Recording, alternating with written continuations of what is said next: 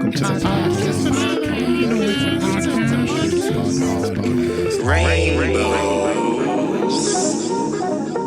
On Wax. And welcome to another episode of Rainbows on Wax. We are at episode 8, I believe. Episode My name 8. is Alex. I'm Steve. We're here to talk about how to make friends. Networking in the music industry. Yes, and hopefully your network will be your friends. Yes. It's a good place to start. It's a great place to start. They don't have to be though. I think like when it comes to like building your business network, you know, you don't necessarily have to be the best of friends with these people. I think you got to like each other enough to sort of, you know, get to that point of wanting to work together, and especially if it's going to be a long time of working together. I kind of wanted to start this out with like, long story short, but one of my like closest friends, colleagues, Rowan Jones from a band called the Middle East in Townsville. It's kind of a semi sort of funny story. We were in like a city beach. It wasn't City Beach. It was one in Townsville at Stockland Mall. It was like one of these sort of off-branded surf shops. And anyway, we're both trying on this hideous jacket, like a suit jacket, right? Pinstripes in a surf shop with like a dragon print on it. I remember those times. Yeah, you remember them times when Jackets and jeans. Yeah, jackets and jeans, and like I was like, oh, this would be. And I had no intention of buying this thing. I had no money. Anyway, like we look over each other and we're like, oh, like funny, like we're both trying on the same thing. Even more funny is Rowan ended up buying it and wearing it to his graduation, which is hilarious. So I had no idea who Rowan was, like, at all. Just two people randomly spot each other wearing the same thing. Fast forward maybe a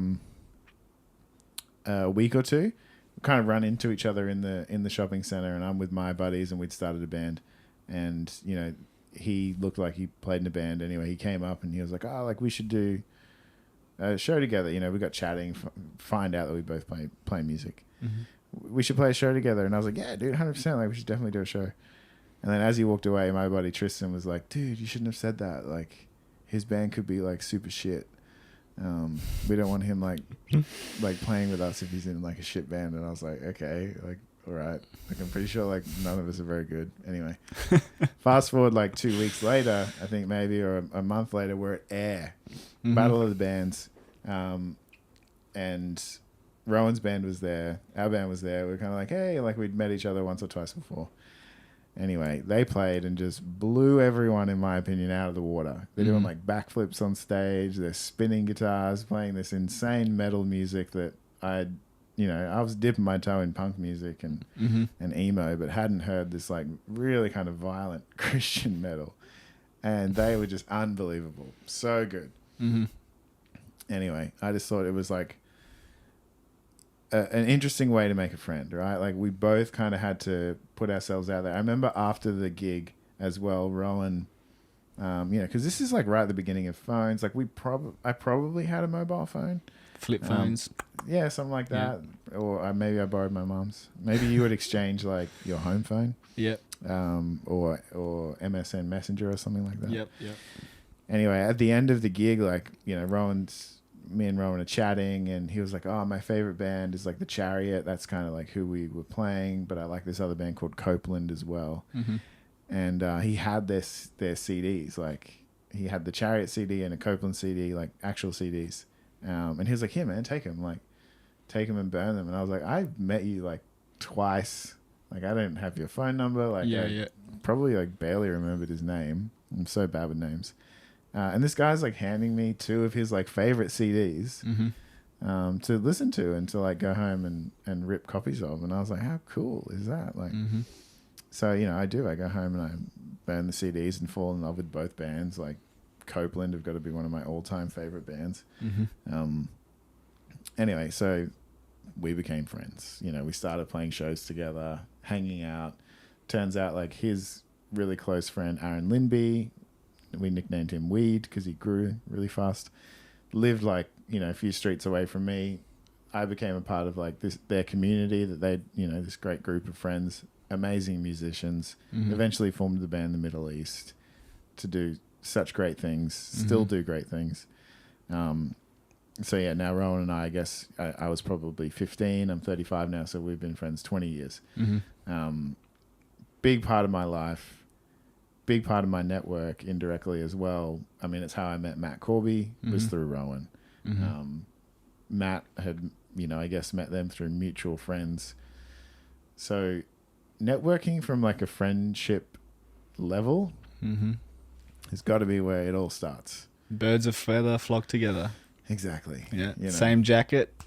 Same jacket. Yeah. And like, when you look at these sort of situations, like how many things had to occur for us to randomly be in the same shop at the same time trying on the same jacket. Super weird. It seems like one of those sort of fate things or, sliding doors or like a weird movie. Like, I feel like everything is against two people in the same area trying on the same jacket that like the same music. It seems like the universe or whatever kind of pushes you together. So I'd say the first step in like making friends is, kill the ego, be nice, like say hello, not be afraid. Like there's every chance that I could have been like, oh my God, I'm so embarrassed that I'm trying on the same jacket as somebody else. Like quickly, like take it off, pretend that I don't see them. Yep. This is super embarrassing, but instead we're just having a laugh. So how funny that we both put the same jacket on. Yeah, yeah. And then sort of go out of your way and like chat to these people. I remember they were wearing skinny jeans. Like it was a real, like we couldn't buy them anywhere. And I remember even asking like, where'd you get skinny jeans from? And they were like, oh, Valley Girl. Like it's the only place that you could get like black skinny jeans was from girls' shops. Did you have to rip the knees yourself and stuff? Knees with like a butter knife and just sort of rub it on there. Hilarious wearing black skinny jeans in Townsville, one of the hottest places in the earth. Anyway, but yeah, just such a amazing friendship I've had with Rowan, still do. From a total friendship perspective, we are super close, tell each other, everything. But also just it had resulted in like a, not a business. It feels dirty to kind of say that, but it had resulted in opportunities for for my musical career. Hopefully for his musical career too. Like I know I wasn't in the Middle East. I wasn't like doing more, but I helped them put on their first shows. Like when they were just starting out, and I was like organizing the shows with my mom and other friends, and just like, of course, you put the Middle East on. Like there was just no second thought because I'm like friends first, right? You book your friends to come play gigs. Yeah, you want to give your opportunities to people that you care for in that sense. Yeah. Well, their first gig was with Parkway Drive because I assumed that they were a metal band, like their previous band, the Grace Enlistment. They weren't. They were definitely heavier than what they ended up being, but they're kind of indie rock and roll. No one really cared back then. It was sort of like just play the gig and everyone have a good time. So your first step in networking has got to be your friends and your friendship group. I know this is kind of an anecdote from high school, but yeah, some of my closest friends to this day are still from high school. I don't know if that's a common thread out there that we kind of keep our friends from high school. I know some people have a really bad time in high school, which sucks. So maybe they don't. Maybe they kind of wait till they go to university or something like that, or enter the workforce and kind of keep those friends around. It's kind of like that for me. Like I had to leave my small town to kind of find, your people, my people, in that sense. And one of my longest musical relationships is with my friend Julian, and I'm making his record today. It's a beautiful thing to find those people you can just like take with you through life, and vice versa. You lean on each other in those senses. And but in a more professional sense, getting into the Yamanui family was a huge step for me in my career. Was it an active decision? So like when you came to the Sunshine Coast, did you already know about Yamanui? No, I had no idea. No. So you're here on the coast and then you've kind of gone Google? Well, no, when I landed here, I was still a light vehicle mechanic. Oh, that's right. Yeah, so you were, yeah. Had a big moment in life where I Yeah. had to change it quite desperately, and went back to uni, and like I was unstoppable at uni. Like Yeah. I was like anything, like give it to me, you know. So I was, you know, we were playing in bands and stuff around the place, and I was growing a lot of musician network quite actively. So every show we played, we were playing with, you know, I was talking with other musicians and, Yeah. you know, nerding out, and, you know, I'd finish a song and some guy would be like checking out my pedal board, and vice versa, like, you know, doing live sound for bands. I'd be talking to people, and so very active in that sense. But as I was wrapping up my degree at SAE, I needed an internship to kind of sign off on the degree, and I applied for Studio 301 in Sydney. Yep. I got accepted into 301. Yep. I got accepted at Airlock Studios in Sanford. Yep. Had interviews and everything, and I was just like, I love the Sunshine Coast way too much to leave right now. Like, I just, like, as much as I wanted the music thing, I definitely didn't want to live in Sydney. Like, wasn't keen on that rat race. I was almost ready to, like, I was already driving from Yurumba to West End to go to uni. So that was 2 hours most times I went to uni. So I was prepared to drive an hour and a half to Sanford. And then I was having breakfast in Coolum one day with an old friend, and I was like telling her about my pickle, and I was like, oh, like, I need to figure this out. Like, I'm about to drive an hour and a half every day to go to work. Like, is that going to just destroy the vibe for me? Yeah. And she's like, why don't you talk to OJ and Paulie? I'm like, who? And then she gave me Paulie's number, and I texted him. I'm like, hey, brother, like, can I send you an email? And I just sent him this email saying, like, I've got a good vibe. Like, you know, I want this. Here's what I've done, blah, blah, blah. Went there, went to Yamanui, and literally hung out with Paulie for like 4 hours, just nerding out. And the rest is history. Like, it's like, it was, like you said, the universe is colliding two worlds. Perfect timing. He was needing another assistant, and basically a shit kicker to kind of handle, you know, it was a fresh studio. So OJ was on the road a lot. They needed someone to kind of manage the space and, you know, manage the artists and, you know, kind of, I just fell into the role of being Paulie's assistant, and that just exploded my network. Like, I met amazing musicians and producers, and I met you through Yamanui, and, you know, labels and all of these things just started coming at me. Yeah. You know, open one door, it leads to 30 more. Yeah.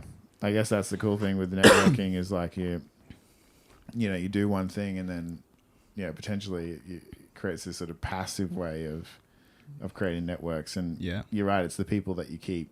I think a big step too for me was something I did do like in high school, because I'd moved to a couple of different high schools, and I'd started playing guitar in Gympie, and I was, fairly good at school. So I kind of hung out with, for lack of a better term, kind of nerdy kids. But when I moved to Townsville, I was like, no, I really want to hang out with like musicians and like see if I can like join a band.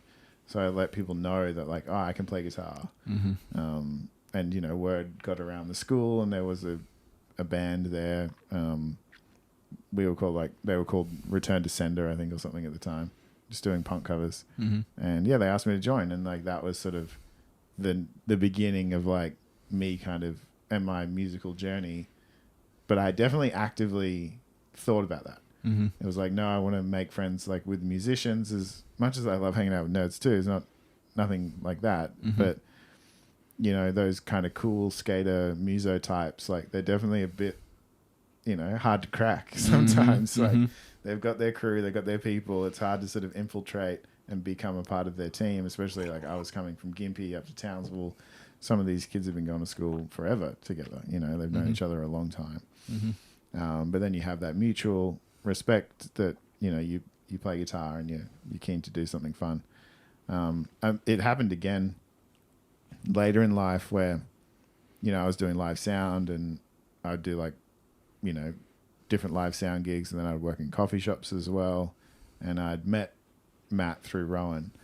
And I was working at my own little coffee shop, I think, at the time. And I was like, oh, I'm just sick of this. Like, all I want to do is music. And I was like, oh, who's like my closest friend who does music full time? And it was Matt. So I like called him and I was like, can I just like do something, just like work for you or like something? Can we like make music? Like, I don't really care. I wasn't too concerned with like making like tons of money or anything. It was just like, who can I make music with? And he was like, oh, well, I'm about to do like 3 months of writing in Berry. Do you want to come down for that? And I was like, yes, I do. He was like, yeah, we'll come down. Sick. You know, and we were good enough friends. And as you say, like, you put yourself out there and you hang out with people, and like these people might be like a few steps above you and kind of where you want to be. And so long as you're like a nice enough person to hang out with, generally you're going to get a shot at like being a part of their world and what they're doing. And that's all I sort of could do. But again, it was like, you know, Matt wanted to be a producer. He wanted to write this record. I was just like a sounding board. I could use Logic pretty basically at the time. I wasn't like super experienced with it, but definitely just enough skill there to kind of be like, I can help and be a nice person to hang out with, and don't be annoying and don't be needy, and you know, just create your safe space, and also be just upfront about like the time that you can commit to the project, and if you need to go home or something and come in and out, like people are always fine to make things work. But it definitely takes a initiative. Yes. Takes that leap. Yeah. The leap of faith. Yeah. What do they say? Like, bite off more than you can chew and then chew like crazy. Yeah. I would say like networking for me now is like kind of become just a thing you just do all the time. Like, it hasn't stopped, has it? No, it never stops. Yeah. I was talking about last night at Music Club too. Like, even just starting Music Club has like allowed me to kind of do all these sort of other opportunities and do things and meet people, and, you know, tutor out at the university, and just from doing these simple things where you kind of give something to the community and then it responds and gives something back. Networking has got to be like one of the most important things. Like, you want to be a producer. And as you were saying, like, a lot of people want us to talk about production secrets, how you produce records, how you mic up a kick drum, how you mic up a whole kit, how you capture the best guitar sounds, all those sorts of things. Like, you will not even get there without networking. Yes. You won't even get the opportunity to do it. You'll read about it. You might do it at university. You'll read about it. You'll watch it online. You might like try and buy your own equipment and do it at home. But without networking, you're not going to find the band to work with, the cool band. You're not going to be at the cool studio to get an opportunity to learn from somebody like Paulie. Yes. You know, to learn from these mentors without networking. So just the start. Mentorship's a huge one. Yeah. Like, mentorship in any career is something that's just going to, you know, help you succeed, help you take bigger leaps and more like strides towards that success, right? Some people invest millions of dollars in their education, like even just paying for one person to oversee everything they do.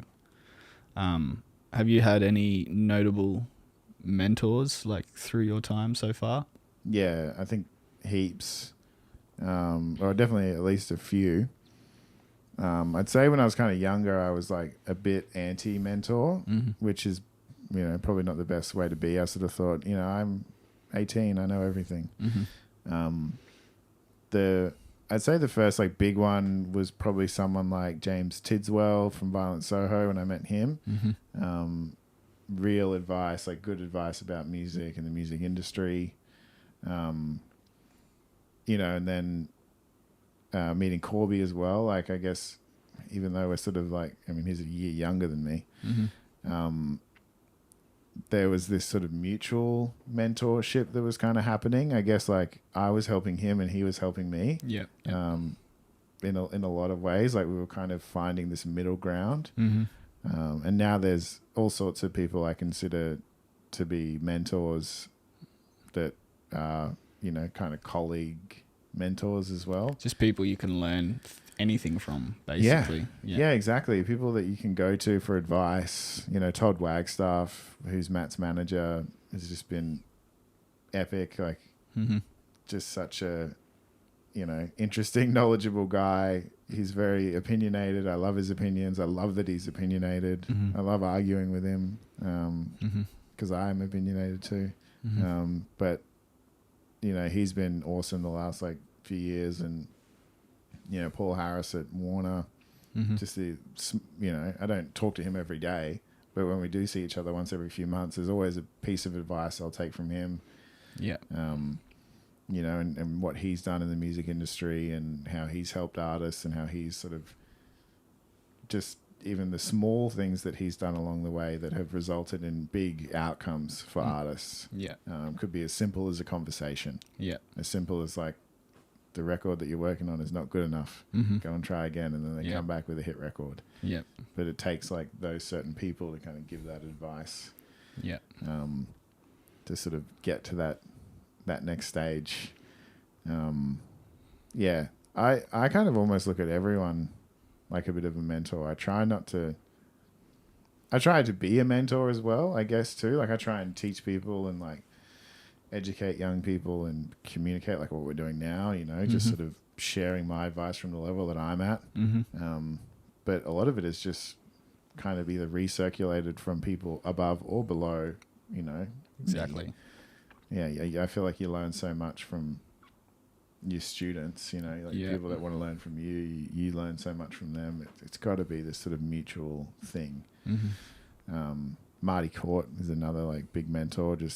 Marty Court from the Annex, amazing person in general, just amazing outlook on music, amazing human, just her ethics, her ability to do what she does and how, I don't know. She's incredible at what she does in marketing but it's not just marketing, it's people, business as well.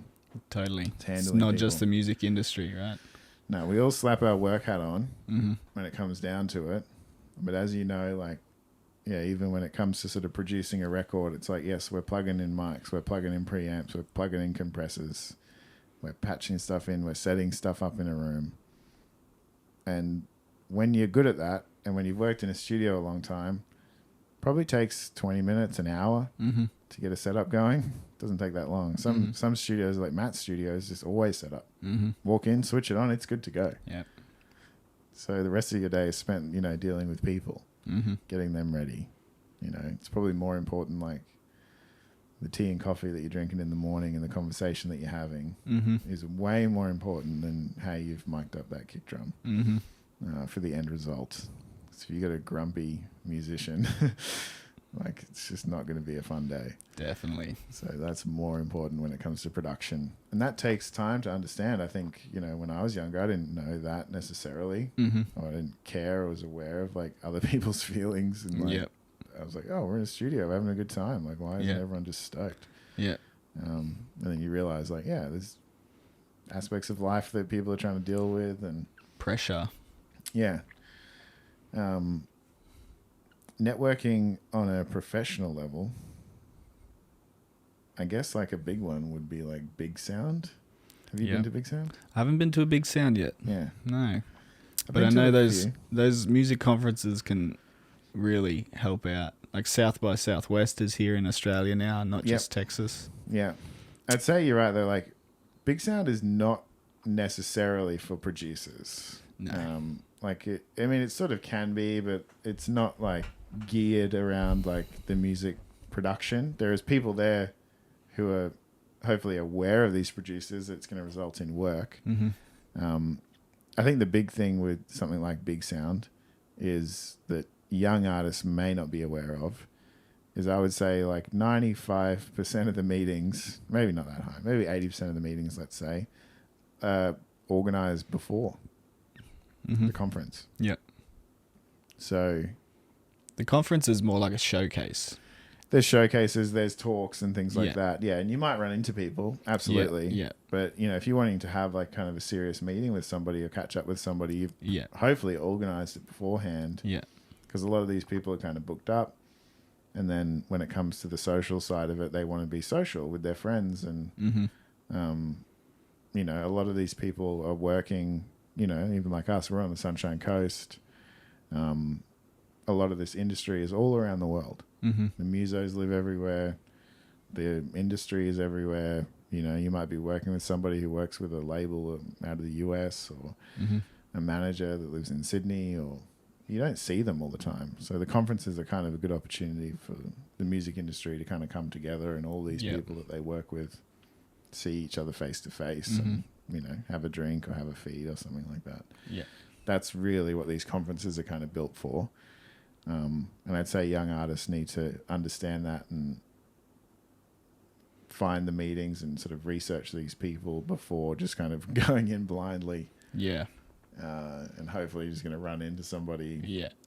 Sometimes the blind aspect can be, you know, like you said, bite off a little more than you can 100%. chew, and chew like crazy. But 100%. I think even outside of the music industry, like finding a network or mentorship or industry events that you can attach to what you're building. So for me, I love art and making the merch and Yep. you know, the design aspect to it. And because from like I work with a lot of artists, so for me, if I know how to print merch in a cool way, in a different way that hits different, or you know, how to tap into a different style of branding, like I can pass this on to my clients, right? Yep. So I'm forever trying to seek different ways of doing things. Yep. And one of my mentors at the moment is Ainsley Hutchinson, and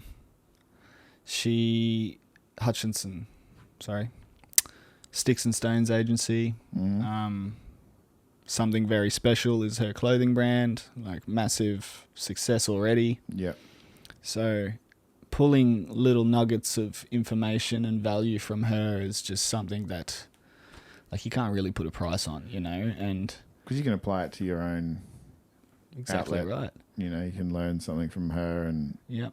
you know, her medium is clothing. Yep. Your medium is music. Yeah. You know, it's really the only difference. Yeah, and like marketing yourself in a way that is suitable to your own personal brand. So any kind of reach that you're able to, you know, propel towards Yeah. from other aspects of your own interest, I think that's a really great way forward. Yeah. And networking for those kind of events, like, you know, meeting Ainsley, I had an opportunity to do a shoot with her for a band I was in a while ago, and you know, I just relit that spark basically, and I was just like, hey, are you still around? Like, you know, you kind of just, it came to me later that I'm like, I could use this part of my network. Even through Paulie and OJ, like, I've been blessed with so many further opportunities, and it's not just working in the Yamanui studio. Like, the Yamanui studio has given me opportunities outside of that space. Yeah. And like working with Matt Smith and Mick Skelton, the guys from Thirsty Merc, Yeah. up in Gympie, and branching out in many different ways. Like, it's like you wouldn't even think that these sorts of things would happen Yeah. just from having conversations with people. And yeah, it's awesome. Like I'm addicted to it, you know, like. Yeah. Yeah, that's right. And you know, I think you like follow your nose a bit in life, and Yeah. like, you know, when you kind of meet the right people at the right time, but then there is times in life where you kind of go like, I want to meet this person, or I want to know this person, I want to do more, you know, with them, or you know, and again, it doesn't have to be in the same industry. Yeah. So if you are a musician, it's like maybe you're partnering with like, yeah, some sort of food outlet or like, an artist and cross-pollinating, you know, your audiences and kind of going like, all right, like, you know, especially if you know somebody who's really successful in clothing or in art. Yeah. And going, you know, do you like my music? And they're like, yeah, I love your music. Well, can we do like a show together or something? And, you know, cross over the audiences and people who go, oh, I identify by loving to wear this clothing. I know that the Dregs just, well, not recently, but they collaborated with Billy Bones Club, which is another clothing and hats and, you know, so those sorts of things can always bring further opportunities. They might. I think they've collaborated with Ganda now recently. Ganda? Like, that's huge. That's huge, man. Yeah, I think I saw an ad with the Dregs for doing something with Ganda. It's pronounced Ganda, right? Yeah. Ganda. Yeah, that's how we say it in my household. Yeah. And all my kids are covered in it, and my wife they love it. Yeah. Yeah, those things are awesome. You know, and great opportunities. And I think too, like some bands and stuff can get a bit like, oh, I don't want to like sell out. Yeah. I don't want to sell out and like, you know, be a part of like the corporate machine. But I'd say if like there's an opportunity to grow your fan base or, you know, if they're willing to pay you, awesome, take the money. You know, take the opportunity to be a part of something cool. And, you know, again, it generally starts small. And then if you become like an artist that's known for wearing something, brilliant. You know, like what a great sort of community. And you'll find that to a lot of these companies, unless they are like a Coles or a Woolies or something, like they're people, you know, there's a person behind that business who was excited about making clothing and was just as passionate as you. And it's just a different kind of creativity, right? Yeah, it's different medium. And I think it's awesome. Like even another one, Nick Broadhurst, you know, met recently and we've become really, you know, good friends. And he's someone who I believe is like very successful in what he's done. So he's someone I like to call about certain things and sort of life decisions that I don't ask everybody about, but I know Nick's walked that path. Yep. So, you know, he's someone I can sort of recognize like, oh, you've walked this path in your own way. So like happy to, you know, give you a call and get some advice on it. Cause I'm, you know, wanting to walk a similar path or like something that might have similar obstacles or something. And then you can get that advice from these people. But it does just take, you know, like I didn't know Nick at all. And somebody introduced us. They were like, oh, you know, you guys both do music. You're on the coast. So I just texted him, hey, this guy I met said we should hang out and get a cup of tea or a coffee. That leap of faith. Yep. Yeah. Then Nick was like, no, I don't drink tea or coffee, but you can come over to my house. I was like, all right. It's very healthy. Yeah. Yeah. And then, sure enough, I just like show up at his place in Doonan. Don't know this dude from Bar of Soap. Start chatting music. Didn't shut up about it. Didn't talk anything about like business or, you know, marketing, all the things he's very good and very successful in. We're just talking shit about the music industry, about making music, about how we've made music, showing me his little studio that he's got like at his place and geeking out about that. He was asking, oh, what's a good microphone to buy? I was like, I didn't get this one. Yeah, he did. Went out and bought it. Now I want to use that microphone. So there's like a kind of like a time and a place to like ask the questions you want to ask. Right? Yeah. So right there you were saying like you just got to know each other. You became friends first before you started using each other in for lack of a better term, right? Yeah. So I think that's always a good approach, and it's just creative. Exactly right. Yeah. Creative people are very sensitive, you know. Yeah. So definitely just break the ice in any way you can, and just hang out and be known to be cool to hang with, you know. Like that's and you'll know like if you like to hang with them or not. Like, you know, not everyone's for you. You're not for everybody. Yeah. Like it's sort of like test the waters and find your people. Yeah. and yeah, hopefully those people like are a part of you and your business and your, you know, creativity for a long time. But unless you sort of go out there and trial and error it, like, you know, I've got some amazing friends over the years that I have done music with, and at some point they were like, I don't want to do music anymore. Like, we're still friends. Doesn't really change anything, but you know, their pathway took them down somewhere else, or they wanted a different job, or they wanted more stability in their work, and you know, they go and do something else. It's like, you know, sometimes it is just for a moment, but you know, sometimes it is forever. And I'd say, yeah, it's like, yeah, creating that sort of friendship, and you know, you'll eventually kind of resonate towards these groups that expand too. So as it sort of pushes out, and as your business gets, you know, bigger, hopefully, and you'll need different things and different parts, like you'll connect it all that way, and it will kind of just happen naturally.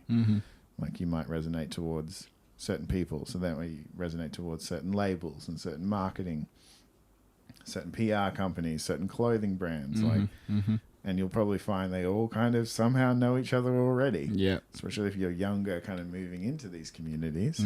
It's a small world.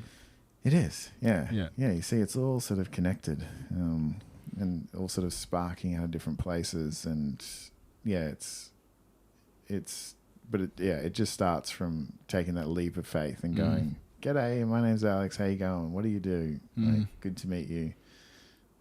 Can we do something? Yeah. Can we work together? Yeah. Can we hang out?" Like, it doesn't always have to be a business exchange, but there is a value exchange in an essence. Like, even with Ainsley and I, like, she used my image for one of her campaigns. So I was like, instead of paying me, mentor me. Yeah. You know, so you can kind of leverage whatever you have to offer in that sense. And it is a risky decision, because you never know, like, if it's the right decision. Yeah. But like you were saying with Nick, it was just like too easy to feel the vibe straight away, and you're just like, yeah, we nerded out, you know, before we started using each other's experiences for. Totally. And then I was totally fine with like crossing that boundary and kind of giving him a call at one point in my life where I was like, hey, I'm thinking about doing this, and like maybe changing up what I'm doing slightly with my career. Or I think it was about, wanting to just sort of do a bit more with music and sort of start to expand it and grow it. And he just gave me some really good advice on that. And to be fair, like, it's what he does for a living as well. There's a part of his business that like people pay him to do this. But I knew that, like, it wasn't like I was like calling him every single day. It's like a 20-minute chat. You get the little gold nugget, you know. Yeah. When you have that friendship and that relationship with people, you know how to communicate with each other as well. So it's not like you need to be over-explaining things to people, or, you know, taking them on a whole course of action. Yeah. You can just sort of be like, I understand how your mind works, so here's what I'm going to tell you, so the penny drops quicker. Yeah. Which is, you know, takes time. Yeah. And it comes from friendships. Yeah. And networks. It's one and the same. I'll never forget, like, one of the, you know, I've been making music for a long time, like probably over a decade now, but in the studio, it's probably been 5 years. It's 2019. Yeah, 5 years, just over 5 years now. Yep. So only kind of recording a drum kit for 5 years, basically. Yeah.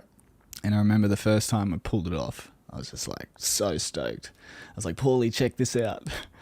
And he's like, yeah, it's cool. Now produce it. I was like, oh, yeah, you're right. Yeah. You know? Yeah, you've engineered it. You've ticked one box. Yeah, you've ticked one box. Yeah, you're not there yet, bro. Like, keep going. Yeah.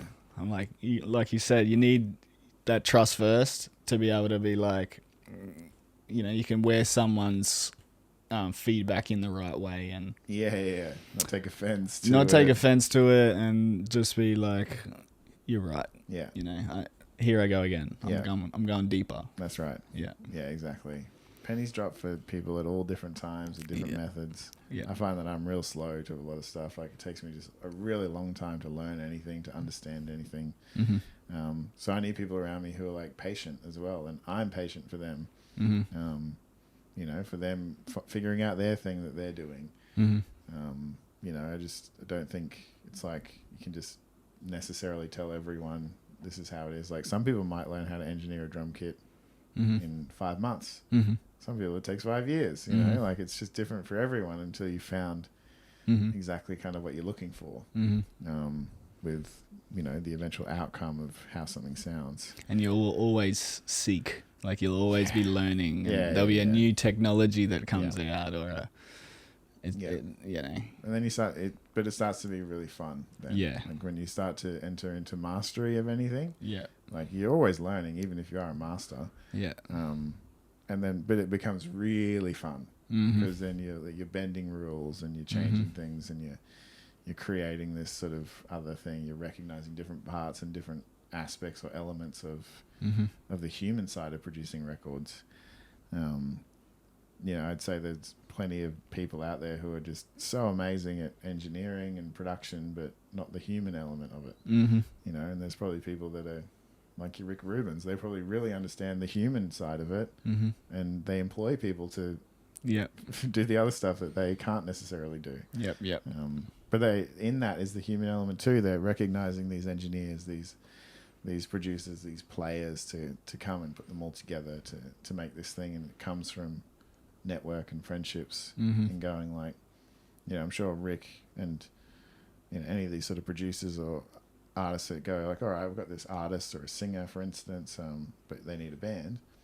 Like you can't just get your best metal drummer in for a country record. Might not. Not every shoe fits. Not really. I mean, you might just have a one shoe. You might have an amazing drummer and play everything. James Jamerson, bass player. Like maybe. You might get lucky here and there. But generally, you want a batch of people, because also there might be personalities that just don't work either. 100%. You know, you might be like, I'm never putting these two people in the room together. They're just going to argue, and like this drummer's real staunch or whatever it is. Like, you know, they're fine when they just come in and you know exactly what they want. So yeah, again, it's about recognizing the people behind the network, the people behind the music, the people behind the production. That just takes time. Yep. There's a psychology behind that too. Like, it's like you said, it takes time to learn people's intricacies and just being amongst your network a lot of the time. Yeah. You know, Paulie and I sat next to each other for 2 years. Yeah, exactly. You know, we kind of learned each other's ins and outs, and you know, it really it just made better records. Yeah. Like at the end of the day, that's exactly what it was doing. And you know, we don't necessarily need each other right now, but like if we came back together, it'd just be another great record. Too easy, you know? Yeah. So it just becomes fun. It's a game. You're not sort of learning necessarily anymore, although you are. Of course, we're always learning, but it's not this sort of active effort of learning. It's just sort of like, here we are. Let's like have fun. Let's play. Let's get the hard shit out of the way so we can just kind of have more fun and have more laughs. You know, like critically thinking all day is like really tough and really like tiring, exhausting. So when you're like listening to drum takes or listening to takes from artists, like you kind of just want to go, yes, that's good. Thank you. Like you got it. Yeah. And whatever it takes 20 times, 100 times, you'll know when you got it. Or you'll go, oh, okay, we've got enough to make a comp out of what's going on here. And really, it's just about getting to that point as quickly as you can, so that you can go back to just laughing around the table and you know, having fun. But yeah, if you were to have to do that for 8 hours a day, like I don't think anyone's brain could really handle that, and then be expected to be a human being after it all. So yeah, you're wanting to make sure that the artists that you're working with they're ready. You know. So you can go, oh, well, you know, your drum kit's not ready. Your drummer's not ready. You know, either they go and practice or you get a studio drummer in to come and make your life a lot easier. You know, those sorts of things, I think, again, part of the friendship, part of the network, which is how it all works. And, seeking, I suppose, being a young musician and like trying to seek your early network, it's just a matter of showing up to shows, asking the questions, having conversations with people that you well, I don't want to say put anyone on a pedestal, but like if you see someone that's comfortable in their skin with a guitar in their hands, like ask them the questions. Like if that's what you're aspiring to, show up in kind of every aspect you can. If there's a show 5 minutes down the road that you can get yourself to, or if there's an event, or if there's like a industry event, like an APRA music event, like anything you can do to kind of learn and just get yourself known. Like your face is your brand. Like, you know, at the end of the day, like you show up with an open heart and open mind and ask those questions. Like that's exactly how you got to build your network. Yeah. Really important, I think, to do it when you're younger as well. Like it's just maybe easier. Like it does get easier again, like when you're an adult, because you know, people just consider you to be an adult. It's like the weird grey area when you're kind of in your early 20s where you're not a kid and you're not an adult yet. That's the hardest one, I reckon. Yeah. Because people like don't necessarily take you seriously, but you don't really want to be working with like teenagers necessarily at the time. So yeah, I'd say another bit of advice I got from a mentor, Andrew B, was don't work with people that have done stuff, work with people that are doing stuff. Yes. So, you know, there might be people that have, you know, credits on albums that have released 50 years ago or something. It's like, who's doing stuff now? You know, who do you believe in now? People that are active. Yeah. Yeah. Actively making records, actively, you know, on their way to success. Like they're the people that you want to kind of pull into your zone and or try and figure out how to get into their zone. Yeah. Into their group. If you're a band looking to tour in a different city to your own, like find the bands that are active in that zone and link up with them. Like that's one easy way to kind of network in that sense and potentially even get some of their fans along the way. So the other one was like, if you can invest into your education, like that's always a good way to, like you said, it's like seek people that are being active and educating themselves in that sense. So I met a lot of people while I was at uni and lecturers that had done stuff, and you know that kind of really molded my sensory into expanding into the studio as quickly as I did. So it's you can't really dive into the deep end in that sense. It does take a little bit of massaging of the brain to get there, and like being in a studio environment where you are managing a lot of emotions for a start. It takes some experience for sure. So don't be afraid to take smaller steps to take the big leap as well, I think. So 100%. Yeah. I think put yourself out there. Yep, make friends. Make friends. Get on Instagram, get in people's DMs. Find your people. Find your people. We'll leave that one there. Tune in next week. Peace. Rainbow.